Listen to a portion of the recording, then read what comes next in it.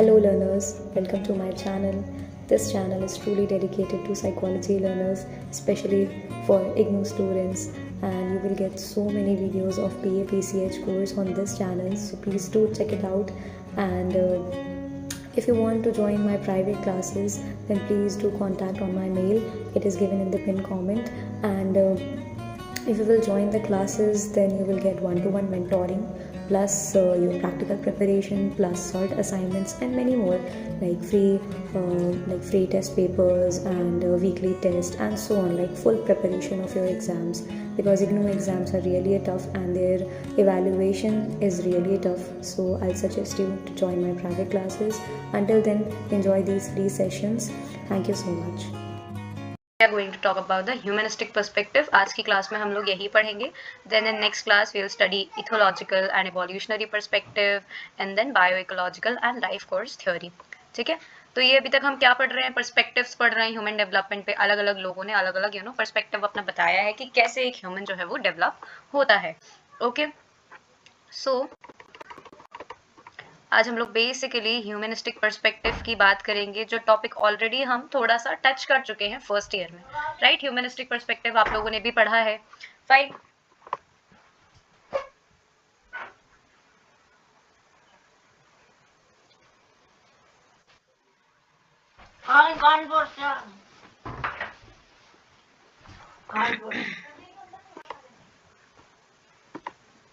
Hey Sonia, why you're late today? Oh, okay, I just started. Okay. सो आज हम लोग humanistic perspective के बारे में बात करेंगे. ठीक है, इब्राहिम मास्लो ने बेसिकली क्या बोला था, मेन तो इनकी थ्योरी ही है. ठीक है, ये मेन पायनियर माने जाते हैं ह्यूमनिस्टिक पर्सपेक्टिव के. देन कार्ल रॉजर और मास्लो दोनों ही बड़े फेमस नेम हैं जिन्होंने ह्यूमनिस्टिक अप्रोच दी है, एक ह्यूमनिस्टिक पर्सपेक्टिव दिया है in the field of psychology. तो आज हम इन्हीं दोनों की अप्रोचेस के बारे में, इन्हीं दोनों के पर्सपेक्टिव के बारे में समझेंगे कि इन्होंने क्या बोला है डेवलपमेंट, ह्यूमन डेवलपमेंट के लेके इन दोनों ने क्या बोला है, या ह्यूमनिस्टिक पर्सपेक्टिव जो है वो क्या है. तो मास्लो को तो बहुत लोग जानते हैं इन्होंने, क्योंकि वो हायरार्की पिरामिड वाला जो इन्होंने दिया है, needs hierarchy of needs, right. But Karl Rogers को बहुत कम लोग जानते हैं, बट ऐसा नहीं है बहुत कम लोग, but because you guys are new, not that much new, but still Carl Roger भी जहाँ पे भी जब भी नाम सुनो इन फ्यूचर, तो याद रखना कि ये भी ह्यूमनिस्टिक पर्सपेक्टिव देने वाले ही एक इंसान है. ओके, एक थ्योरिस्ट है, एक साइकोलॉजिस्ट है. ओके, सो बाकी के session. But before moving on, if someone is making a lot of efforts for you, then it's your job, it's your duty to like the session and comment some words of appreciation. And then please, you can write some suggestions if you have any. And then please subscribe the channel. तो बाकी के sessions में हम लोग ये सारे जो भी बचा हुआ यूनिट है हम लोग बाद में इसको कवर करेंगे. So moving towards the introductory part. अभी तक हमने क्या पढ़ा, हमने दूसरी थ्योरीज पढ़ी है डेवलपमेंट की. हमने साइकोएनालिटिकल थ्योरी पढ़ी है गिवन बाय सिगमंड फ्रॉइड, फिर हमने साइकोसोशल थ्योरी पढ़ी है एरिक एरिक्सन की. देन डेवलपमेंटल टास्क थ्योरी पढ़ी है, कॉग्निटिव पर्सपेक्टिव्स हमने पढ़े पियाजे एंड विगोत्स्की की. ये सब अभी हम ऑलरेडी पढ़ चुके हैं. नाउ ये थर्ड फोर्स माना जाता है, अभी इसके बारे में भी आगे डिस्कस करेंगे कि साइकोलॉजी में 4 फोर्सेज हैं, तो 4 फोर्सेज में से ये थर्ड फोर्स है. ह्यूमनिस्टिक जो अप्रोच है वो थर्ड फोर्स है. ठीक है, तो अब हम इसके पर्सपेक्टिव से जानेंगे कि ह्यूमन डेवलपमेंट जो है वो कैसे होता है. तो अब्राहम मास्लो का एक आप कोट कह लो, या these lines were given by Abraham Maslow in 1954. उन्होंने बोला कि एक म्यूजिशियन एक अच्छा म्यूजिक बना सकता है, एक आर्टिस्ट पेंट कर सकता है, एक पोएट कुछ भी अच्छा लिख सकता है, वो तब अच्छा लगेगा जब वो अल्टीमेट पीस पे हो. ठीक है, ये सब लोग, एक म्यूजिशियन जो है वो अच्छा म्यूजिक तब बनाएगा जब वो पीस पे है. ठीक है, when he is at peace with himself, जब वो अपने आप से satisfied होगा. अभी ये लाइंस अगर नहीं समझ में आ रही हैं, तो आगे जब इनकी पूरी थ्योरी हम समझेंगे डिटेल में कि क्यों इन्होंने ये लाइंस बोली हैं, तो आप लोगों को समझ में आ जाएगा. अब उनका कहना ये था, what a man can be he must be, जो वो चाहता है वो बन भी सकता है. This need we may call self actualization, where the individual realizes their self worth, और वो जाने कि हमारा पर्पस क्या है, हमारा दुनिया में आने का मकसद क्या है. ओके, तो वो जो चाहे वो बन सकता है. This is called self actualization. ठीक है, एकदम हायर ऑर्डर नीड है, ये आपने पढ़ा है पिरामिड ऑलरेडी फर्स्ट ईयर में. नाउ एक एक्टिविटी यहाँ पे दी गई है, although not important from exam point of view, but still psychology के स्टूडेंट्स हैं तो ये सब भी होना चाहिए सेशंस के अंदर. तो एक्टिविटी ये दी है कि कंसिडर फॉर अ मोमेंट कि how has your life shape, कैसे आपकी लाइफ शेप्ड हुई, कैसे आप जो अपना वक्त है कहाँ पे आप मोस्टली अपना टाइम जो है वो उसमें एंगेज, मतलब किस एक्टिविटी में अपना टाइम एंगेज करते हो मोस्टली। ठीक है, think about the relationships you have cultivated till now, अभी तक जितने भी बड़े हो आप हुए हैं, क्या क्या आपके एकेडमिक और प्रोफेशनल परस्यूट्स हैं। देन आपकी जो चॉइसेस हैं लाइफ की वो कैसी हैं। Are you able to decide for your self, are you able to follow your calling, जो आपका मन है क्या आप उसी को फॉलो कर रही हैं या नहीं कर रही हैं। Then are you happy and contented in this moment, are you और नॉट। तो ये क्वेश्चंस जो हैं वो आपके लिए हैं, ठीक है, ये आपको आंसर करने हैं। ठीक है, अभी हम इस सेशन में तो नहीं इसको यस आई ट्राइड हाँ, ठीक है, देखना इसमें थोड़ा सा क्या ये आप समझो ना कि ये थोड़ा सा आप अपने आप को, you are just trying to understanding yourself, ये क्वेश्चंस ही इसीलिए बने गए हैं कि आप अपने आप को थोड़ा सा समझो कि आप अपनी लाइफ में क्या कर रहे हो, आप अपनी लाइफ में क्या करना चाहते थे जो नहीं हो पाया, या अपनी लाइफ में आपको क्या करना चाहिए, राइट। तो ये सारी चीजें हैं। अब उनका कहना ये है, इस बुक के ऑथर का कहना ये है कि अगर मास्लो या रॉजर अगर अभी तक जिंदा होते तो वो हर किसी को यही क्वेश्चंस पूछते, ठीक है, और वो आपसे if you would seek their advice about living a fulfilling life, अगर आप उनसे एडवाइस लो कि आप हम कैसे अपनी अच्छी लाइफ जी सकते हैं, तो वो आपसे इन्हीं तरीके के क्वेश्चंस पूछेंगे, फिर आपको कुछ एडवाइस देंगे। While there are many theories that help one understand how to optimize potential of children, adolescents, humanistic theories stand apart as one that is extremely positive. Positive psychology की अगर हम बात करें, ठीक है, या पॉजिटिव पर्सपेक्टिव्स जितने भी माने जाते हैं साइकोलॉजी में, तो सबसे ऊपर जो नाम आता है वो मास्लो का आता है, क्योंकि ये जो थ्योरी उन्होंने दी है, ये जो ह्यूमंस हैं, ये जो इंडिविजुअल्स हैं, उनका पॉजिटिव एस्पेक्ट जो है वो सामने लेकर आती है। बिकॉज व्हाट मैस्लो सेड के human beings are basically good and they can do whatever they want to do, ठीक है, it depends on their needs, ठीक है। तो ये सारी बातें जो है मैस्लो की हैं, ये हमारा अच्छा वाला जो हमारा एस्पेक्ट है वो हमको दिखाना चाहते हैं। तो जो ह्यूमनिस्टिक पर्सपेक्टिव है, इसके 3 अजम्पशंस हैं। क्या अजम्पशंस हैं? सबसे पहला तो ये है कि सबके पास एक पावर है कि अपनी फ्री विल को एक्सरसाइज कर पाए, अपनी फ्री विल जो है ना सामने लेके आ पाए। फ्री विल का मतलब यही होता है कि हम बहुत सी चीजें हमारे control, like everything is under our control, हम जो चाहें हम वो कर सकते हैं। This is called free will, right. हम जो सोच रहे हैं, हम जो फील कर रहे हैं, हम जो बिहेव कर रहे हैं, ये सब कुछ फ्री विल है, ये सब हम अपनी meninges इच्छा से कर रहे हैं, ठीक है। ये meninges तो हो गया एक पहला अजम्पशन, फ्री विल। देन उनका फिर कहना था सेकेंड अजम्पशन, जो कि काइंड ऑफ इसी से रिलेटेड है, क्योंकि फ्री विल है तो फ्री विल में आप कॉन्शियस, जो आपका कॉन्शियस माइंड है आप उसी से लेके काम करोगे, मतलब अपना कॉन्शियस माइंड को एक्टिव रख के, because conscious mind is always active. तो जो कॉन्शियस माइंड है आप उसी से सारी चीजें सोचोगे, ना कि आपके अनकॉन्शियस आपको डिराइव करेगा। जैसे कि क्या बोला था साइको एनालिटिकल थ्योरी में सिगमंड फ्रॉइड ने कि आपका बिहेवियर जो है वो अनकॉन्शियस माइंड जो है वो कंट्रोल कर रहा है। बट व्हाट मास्लो सेड कि नहीं, ऐसा कुछ भी नहीं है, बिकॉज फ्री विल है। जब आप सारे काम अपनी इच्छा से कर रहे हो, सारे बिहेवियर्स जो भी आप कर रहे हो, जो भी आप सोच रहे हो, जो भी आप फील कर रहे हो, ये सब कुछ कॉन्शियसली हो रहा है, आप अपने आप से कर रहे हो, राइट। तो ये जब अपने आप से जो भी इंसान चीज करेगा तो वो कॉन्शियस तो होगा, करेक्ट, और रैशनल भी होगा, हर चीज में कहीं ना कहीं उसका लॉजिक भी होगा, ठीक है। तो ये है second assumption. Then we'll talk about the third assumption of humanistic perspective. It is personal subjective view. क्योंकि आप देखो इन्हीं सारी चीजों से अगर रिलेट करो तो फ्री विल हो गया या कॉन्शियस एक्सपीरियंस हो गया, तो ये सब सब्जेक्टिव व्यू है ना। एक ऑब्जेक्टिव वर्ल्ड का एक सब्जेक्टिव व्यू बनाना, ये हम करते हैं, ठीक है। आप दुनिया को कैसे समझ रहे हो वो आपका सब्जेक्टिव एक्सपीरियंस है। आपका अनकॉन्शियस उसको कैसे समझ रहा है, that's not what subjective experience called.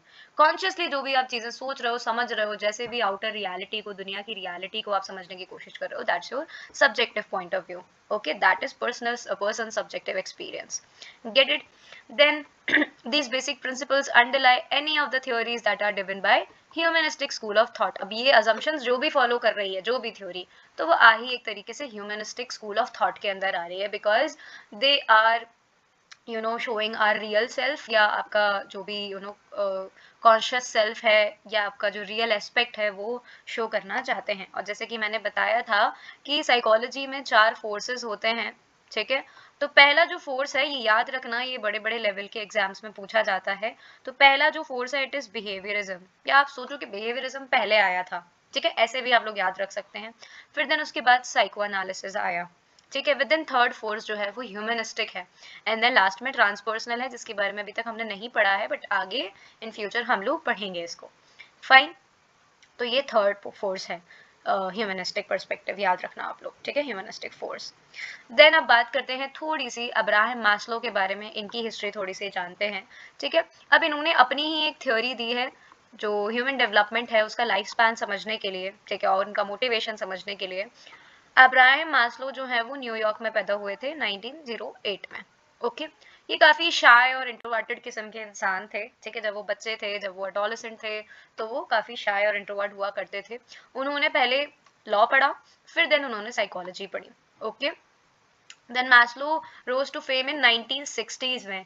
क्यों फेमस हुए, कैसे फेमस हुए? क्योंकि इन्होंने दी थी hierarchical theory of human needs. इसी थ्योरी के बाद ही बिकेम वेरी फेमस, और अभी तक वो फेमस ही हैं, ठीक है। इन्होंने काफ़ी सारी चीज़ों पे वर्क किया है, biological, sorry not work, basically इन्होंने ये कहा है कि जो बायोलॉजिकल थ्योरीज आपने पढ़ी हैं, या जो भी एवोल्यूशनरी थ्योरी, और एवोल्यूशनरी थ्योरी अभी हमने पढ़ी नहीं है, बट हम पढ़ेंगे आगे। बट व्हाट वी रेड, हमने अभी तक बिहेवियरल थ्योरी पढ़ी है, साइको एनालिटिकल थ्योरी पढ़ी है। तो उनका कहना ये था कि ये जो थ्योरीज अभी तक आपने जो भी साइकोलॉजी के अंदर जो भी हैं, वो सब उनका जो नेचर है ना, it is very deterministic. Deterministic क्या कहता है? डिटर्मिनिस्टिक व्यू जो है साइकोलॉजी में, वो ये कहता है कि जो फ्री विल की बात जो आप करते हैं ना, वो सब इल्यूजन है, ठीक है, फॉल्स परसेप्शन, ठीक है। जो भी हमारा बिहेवियर जो भी है, वो सिर्फ और सिर्फ इंटरनल फैक्टर्स या एक्सटर्नल फैक्टर्स की वजह से आ रहा है, और अपने बिहेवियर पे इंसान का कोई भी कंट्रोल नहीं होता है। तो आपको समझ में आ रहा है, ये डिटर्मिनिस्टिक व्यू के अगेंस्ट थे। इन्होंने बात करी थी फ्री विल की, कि हम इंसान जो है वो सब कुछ अपने अकॉर्डिंग करते हैं, अपने फ्री विल के, अपनी इच्छा के अकॉर्डिंग करते हैं। आप सोचो, जो बिहेवियरिस्टिक थ्योरी थी, बिहेवियरल थ्योरी थी, उसमें क्या बात कर रहे थे वो लोग कि आपके पास कोई स्टिमुलस आएगा और आप उसको रिएक्ट करोगे। एक्सटर्नल फोर्स मतलब एक्सटर्नल स्टिमुलाई कोई भी आएगा और इंटरनली आप उस पर रिएक्ट करोगे। यही था एक तरीके से शॉर्ट में अगर मैं समझाऊं बिहेवियरल थ्योरी। देन साइकोएनालिटिकल थ्योरी में क्या बोला था कि जो भी अनकॉन्शियस माइंड है आपका, वो सब कुछ करा रहा है, वो ही सारा आपका बिहेवियर कंट्रोल कर रहा है, राइट। बट इन्होंने बोला ऐसा कुछ भी नहीं है, इंसान जो है सब कुछ अपने हिसाब से करता है, अपनी फ्री विल के according. Fine. Then he published in 1968 or 1987 his need hierarchy theory that focused beyond the biological and social needs, included higher order need to fulfillment of one's potential that he termed as self actualization. इन्होंने, क्योंकि अभी तक हमने जितनी भी theories में बात करी उसमें कहीं ना कहीं सोशल फैक्टर्स की बात हुई, बायोलॉजिकल फैक्टर्स की बात हुई, इन्होंने इन सारी चीज़ों को डिनाई करके इन्होंने बोला कि इन सब चीज़ों को छोड़ के इन सब के बियॉन्ड एक जो नीड है, हायर ऑर्डर जो नीड है, इंसान पूरी मेहनत उसी के लिए करता है, सेल्फ एक्चुअलाइजेशन की प्राप्ति के लिए, ठीक है। Then however he remained a shy and introverted individual and he disliked public appearances and speaking. He criticized the past perspective की बात किसने करी थी? आपके सिगमंड फ्रॉइड सर ने, राइट। उन्होंने ही बात करी थी ना पास्ट पर्सपेक्टिव के बारे में, और इन्होंने बेसिकली वो सारी चीज़ों को डिनाई कर दिया जो कि अभी तक हमने पुरानी थ्योरीज में पढ़ी हैं। उन्होंने बोला कि बायोलॉजिकल नीड्स जो है वो सिर्फ और सिर्फ बेसिक नीड्स के बारे में बात कर रहा है। मैं इसके आगे आपको कुछ बताता हूँ, ठीक है। Then as an alternative he proposed a famous 5 level pyramid, जो कि आप सब ने ऑलरेडी देखा हुआ है। This is 5 level pyramid, ठीक है। इसके बारे में भी अभी हम थोड़ा सा डिस्कस करेंगे। Fine. Then the humanistic perspective talks about every individual having free will and having the ability to reach their highest potential. अगर इंसान चाहे तो अपने highest potential पे जा सकता है। Free will is the ability that helps individual make choices. ठीक है, हमारा ही फ्री विल हमारी चॉइसेस जो भी हम लेना चाहते हैं उसमें हेल्प करता है, हमको डिसीजन मेकिंग में हेल्प करता है, रादर देन कि सोसाइटी जो हमसे एक्सपेक्ट कर रही है, जो सोसाइटी के स्टैंडर्ड्स हैं हमें उनको फॉलो करना है या नहीं है, जो सोसाइटी के स्टैंडर्ड्स हैं हमें वो मीट करना है या नहीं। तो इन सब से हटके हर इंडिविजुअल के पास एक फ्री विल होता है। तो इनकी थ्योरी पूरी इसी पे फोकस्ड है, ठीक है। अब थोड़े से प्रपोजिशंस हैं या कुछ पॉइंट्स हैं इनकी थ्योरी के, वो हम लोग डिस्कस कर लेते हैं, ठीक है।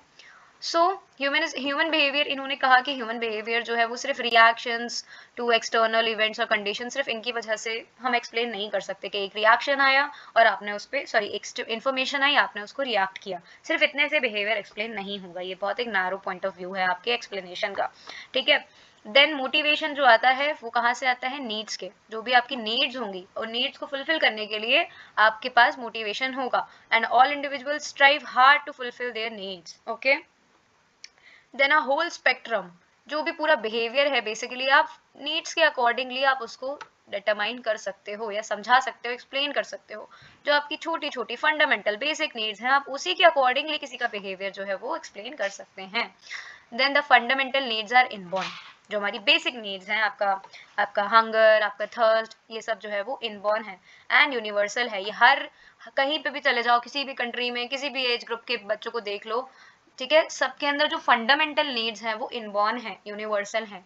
ये कहना था इसका अब्राहम मास्लो का, ठीक है।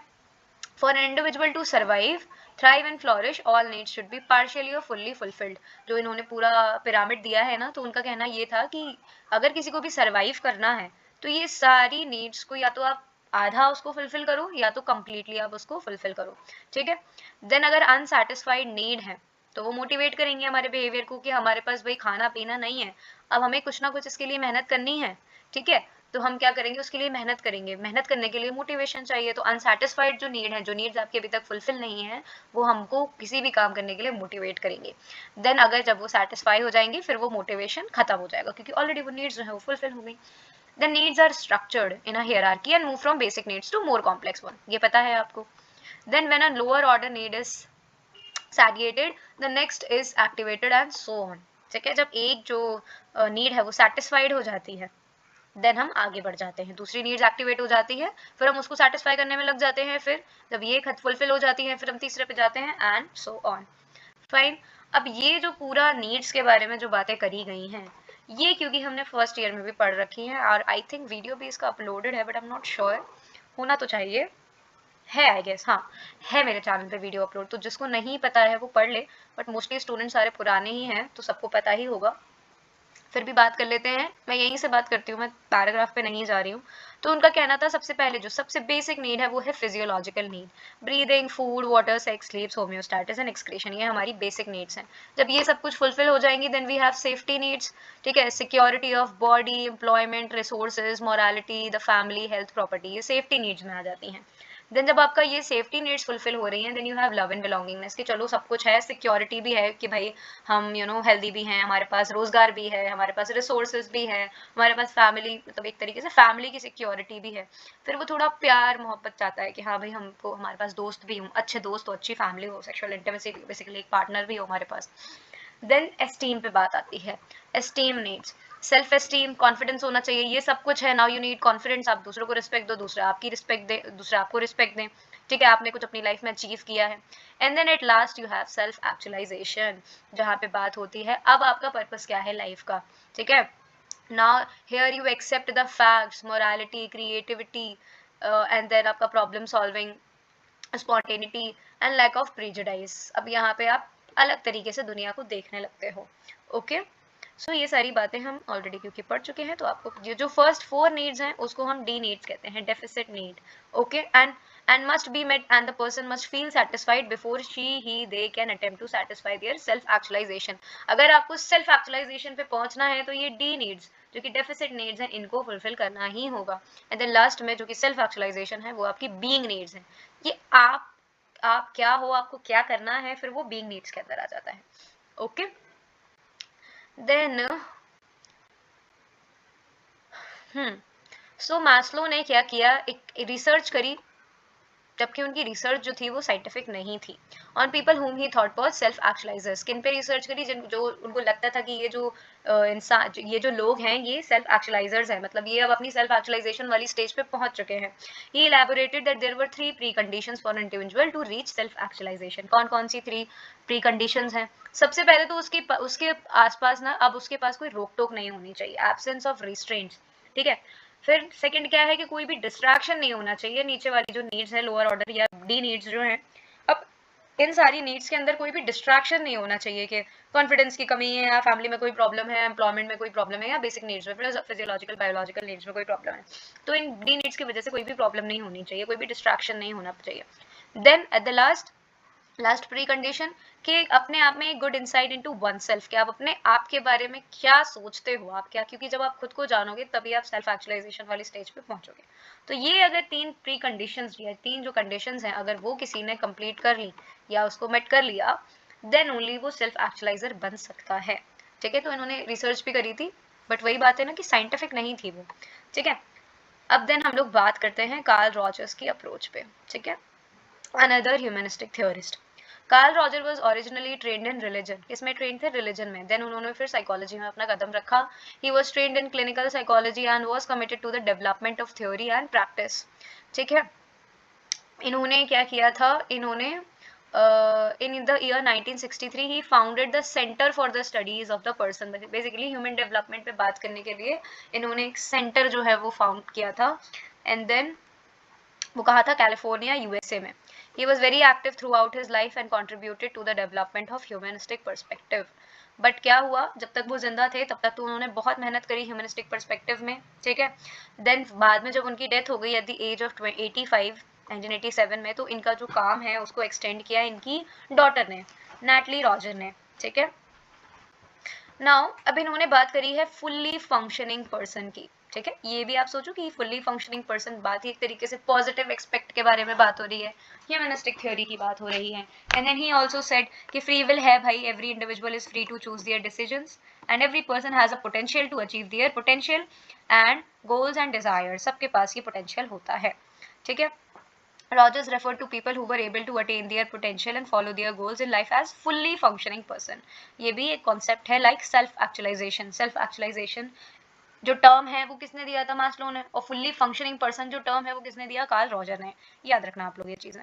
What it means by the person, what it means is the person is in touch with himself and understands their subjective experience and continue to evolve to a better version of themselves every day। जब वो अपने आप की growth में अपने आप को रोज रोज रोज grow कर रहा है, जो ग्रोथ वो जो है वो क्या है? प्रोग्रेसिव ग्रोथ है, प्रोग्रेस कर ही रहा है day by day, okay.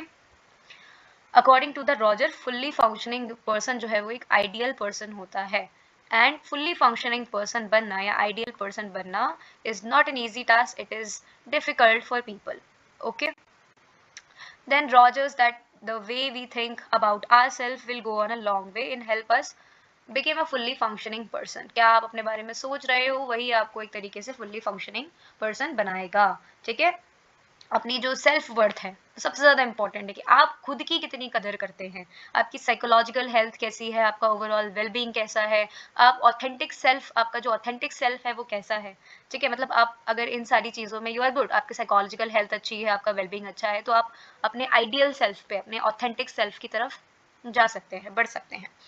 Rogers believed that the person who has high self worth can accept self, अपने आप को accept कर रहे हैं, अपने confidence को accept and अपनी abilities में confident हैं, positive हैं अपने आप को लेके और सारे life के challenges को face कर रहे हैं, ठीक है। अब बात कर लेते हैं कि इन्होंने एक पूरा चार्ट बना के दिया है, एक पूरी टेबल है कि क्या होता है फुल्ली फंक्शनिंग पर्सन, उसके कैरेक्टरिस्टिक हैं, ठीक है। तो ये आप लोगों का काम है इसको रीड करना एक बार, फाइन। देन हाँ, इन्होंने कुछ टर्म्स के बारे में बात करी थी। एक तो है कि positive regard from others and positive self worth, कि आपको अपने आसपास के लोगों से, ठीक है, तो आपके आसपास के लोगों से अगर पॉजिटिव रिगार्ड बने मिलेंगे, आपको अच्छे रिगार्ड्स मिलेंगे, तो आप अपने फुल्ली फंक्शनिंग पर्सन जो है वो बन सकते हो, ठीक है। जो भी आपके सिग्निफिकेंट अदर्स हैं, आपके चाहे फैमिली हो, आपके टीचर्स हों, आपके फ्रेंड्स हों, आपका पीयर ग्रुप हो, तो ये सब की बातें जो हैं, ये सब के जो रिगार्ड्स हैं आपको लेके, इन सब के जो व्यूज हैं आपको लेके, बेसिकली वो हेल्प करेंगे आपको आपकी सेल्फ वर्थ को बढ़ाने में, पॉजिटिव सेल्फ वर्थ को बनाने में, ओके। ये काफ़ी हेल्पफुल होते हैं, चाइल्ड की ग्रोथ को कंट्रीब्यूट करते हैं ये। एंड अनकंडीशनड पॉजिटिव रिगार्ड मिलना चाहिए, मतलब ऐसा नहीं है कि आपने अगर कुछ अच्छा काम किया तभी आपको वो पॉजिटिव रिगार्ड मिलेंगे, या अगर आप ऐसा काम करोगे तभी वो मिलेगा, ऐसा नहीं है। कंडीशन नहीं होनी चाहिए वहाँ पे, अनकंडीशनल पॉजिटिव रिगार्ड मिलना चाहिए कि हाँ you can do it, you can do it, you can do it, जो भी है यू कैन डू इट, इस तरीके से, ठीक है। Unconditioned positive regard is not withdrawn when the child is does something wrong according, हाँ ऐसा नहीं है कि आप सिर्फ तभी उसको पॉजिटिव रिगार्ड दे रहे हो जब वो अच्छा कर रहा है, बट अगर जहाँ उसने अच्छा करना छोड़ दिया या वो थोड़े उसके मार्क्स कम आ गए या कुछ भी, तो फिर आपने पॉजिटिव रिगार्ड अपना नेगेटिव रिगार्ड कर दिया, ऐसा नहीं होना चाहिए। तो ये तो फिर एक कंडीशन हो गया ना कि जब आप अच्छा करोगे तभी हम आपको क्या बोलेंगे हिंदी में, प्रोत्साहित करेंगे, right. And then approval, praise और positive regard is only provided when the child indulge in good behaviours, ठीक है। ऐसा नहीं होना चाहिए, जैसे एग्जांपल्स भी गिवन है कि अगर आप मेरी बात मानोगे तभी आप एक अच्छे बच्चे हो, अगर आप ये कपड़े पहनोगी तभी आप एक अच्छी डॉटर हो, राइट। तो ये नहीं होना चाहिए, ठीक है। जैसे भी बच्चा जो भी कर रहा है, you have to motivate them for good things, ठीक है। ऐसा नहीं है कि सिर्फ अच्छा कर रहा है तभी आपको अच्छे रिगार्ड्स दे रहे हैं, बाकी में आप क्या कर रहे हो, गलत कर रहे हो उनके साथ, ओके। देन लास्ट में बस एक ये लास्ट और पढ़ लेते हैं, क्रिटिकल लेंस, इसके बाद हम लोग एंड करेंगे ये सेशन। क्यों इनको क्रिटिसाइज किया ह्यूमनिस्टिक पर्सपेक्टिव को, क्योंकि जितने भी हम थ्योरीज पढ़ते हैं हम लास्ट में क्रिटिकल लेंस तो पढ़ते ही हैं। सबसे पहला तो ये क्रिटिसाइज हुआ कि भाई कि जो भी इनकी अप्रोच थी वो अनसाइंटिफिक थी। जैसे अभी हमने ऊपर पढ़ा ना कि जो सेल्फ एक्चुअलाइजेशन, जो जिनको लग रहा था मैस्लो को ये सेल्फ एक्चुअलाइजर्स है, उनके बारे में उन्होंने रिसर्च करी थी उनके ऊपर, तो उन्होंने साइंटिफिक मेथड जो है वो फॉलो नहीं किया था। तो सबसे पहला तो यही है भाई क्रिटिक के, भाई आपने अनसाइंटिफिक मेथड को फॉलो किया। देन जितनी भी आपकी पूरी थ्योरी है, जो अच्छे इंसान एक दिखाया है ना, वो किस पे बेस्ड है, पूरे white middle class north American values पे बेस्ड है। So it is not universal, ठीक है। इसके अंदर क्या होगा, इस थ्योरी के अंदर, क्योंकि साइंटिफिक अप्रोच भी नहीं थी, ठीक है। देन फिर लास्ट में क्या बोला कि आपने इन्वायरमेंट के बारे में तो कोई बात ही नहीं करी, आपने सोशल एस्पेक्ट के बारे में तो कोई बात ही नहीं करी, ठीक है। सोशो एनवायरमेंटल फैक्टर्स जो हैं उसके बारे में तो आपने कोई बात ही नहीं करी। He believe the environment just provide support nurture innate higher and lower in needs. Maslow का कहना यही था कि सिर्फ ये जो सोसाइटी है या जो एनवायरमेंट है, ये सिर्फ हमारी हायर और लोअर नीड को नर्चर कर रही है, बट सब कुछ हमारा फ्री विल है, हम सब अपने हिसाब से करते हैं। देन अगेन लास्ट क्या हुआ और किस तरीके से इनको क्रिटिसाइज किया गया कि आपकी जो थ्योरी है it is very simple in nature, very simplistic, ऐसा कुछ खास आपने किसी बात के बारे में बात नहीं करी गई है, ठीक है। और वही है कि आपने एम्पेरिकल रिसर्च फॉलो नहीं करा, देन अगेन साइंटिफिक नहीं है, ठीक है। और जो मेन चीज है वो क्या है कि आपने जो भी आपने अपनी थ्योरी दी है उसमें आपकी सब्जेक्टिविटी ज्यादा है, ऑब्जेक्टिविटी नहीं है उसमें, सब्जेक्टिविटी ज्यादा है। और जहाँ सब्जेक्टिविटी आती है वहाँ पे साइंटिफिक नहीं होता है कोई भी theory, okay. So then again आपने सोशल फैक्टर्स को और पर्सनालिटी वेरिएबल्स को क्या किया है, इग्नोर किया है। आपने इंडिविजुअल डिफरेंसेस की यहाँ पे बात नहीं करी, क्योंकि सबकी पर्सनालिटी अलग अलग होती है। आपने सोशल फैक्टर्स की बात नहीं करी। तो इन सारी चीज़ों के बेसिस पे क्या हुआ, इनकी थ्योरी को काफ़ी क्रिटिसाइजेशन को फेस करना पड़ा, ओके। दैट्स इट, हमारा ह्यूमनिस्टिक पर्सपेक्टिव जो है यहाँ पर कंप्लीट होता है।